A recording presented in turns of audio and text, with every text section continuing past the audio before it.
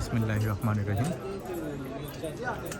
আমি এই মুহূর্তে আছি জাবালে নূর পর্বতে, যাকে আমরা হেরা পর্বতের গুহা নামে আমরা চিনি।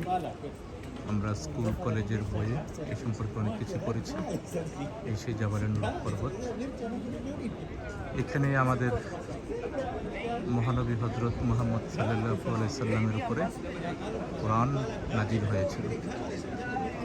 নবী করিম সাল্লাল্লাহু আলাইহি সাল্লাম এখানে 40 দিন অবস্থান করেছিলেন। অনেক ফজিলতপূর্ণ একটি জায়গা। অনেক লোকজন ওঠানামা করছে এখানে।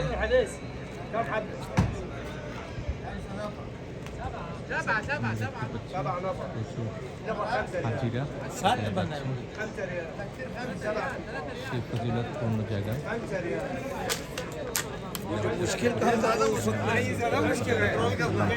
অবস্থান করেছিলেন, নামাজ পড়েছিলেন।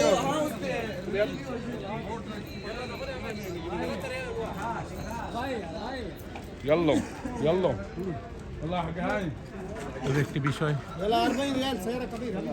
এখানেও সৌদি আরবের যারা এটার দায়িত্বে আছেন তারা বলেন যে এটার সাথে হজ বা উমরার কোনো সম্পর্ক নেই।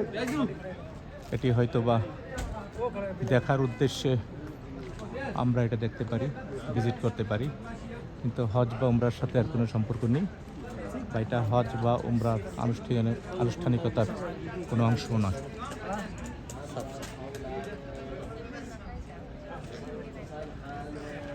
ঐতিহাসিক জায়গা, আমাদের কোরআন নাজিল হওয়ার জায়গা। আল্লাহ আমাদের সবাইকে ওই জায়গাটি দর্শন করার সৌভাগ্য দিক, আমরা দোয়া করি। এখানে সবাই আছেন, অনেকেই যাচ্ছেন, অনেকেই বসে আছেন।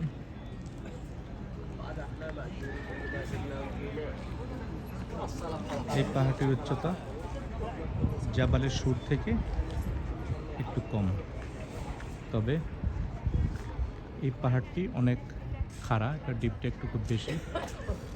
জাবালের সুর এতটা খাড়া ছিল না।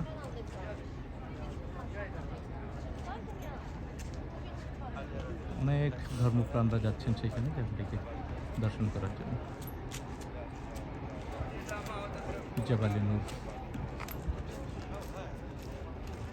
বা হেরা পর্বতের গুহা।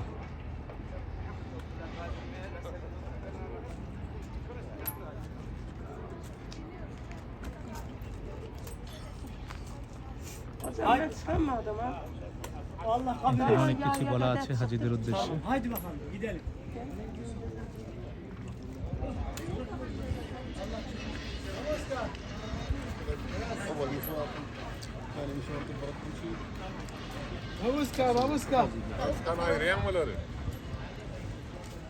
এখানে স্পষ্ট ভাষায় বলা আছে যে কেইবের গুহাটি বর্তমানে বন্ধ এবং সেখানে যদি কেউ রুলস ভঙ্গ করে পানিশমেন্টের আওতায় আসে।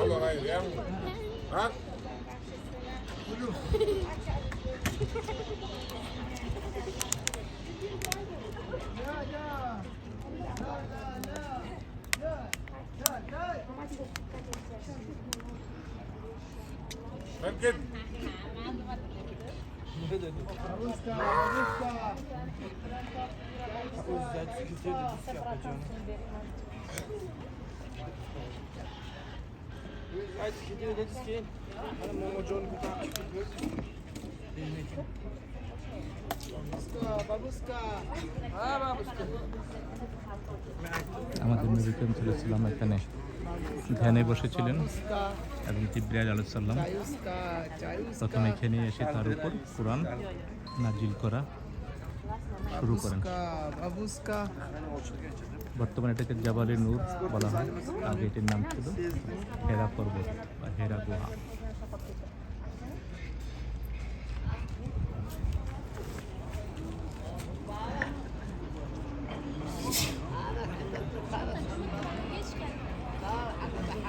এই পাহাড়টিকে শুনেছি গজবের পাহাড় বলা হয়। এখানে নবী করিম সাল্লাল্লাহু আলাইহি ওয়াসাল্লাম যেতে চেয়েছিলেন, কিন্তু কোনো একটি কারণে সেখানে হয়নি। এই পাহাড়টিকে গজব পাহাড় বলা হয়, শুনেছি আমি।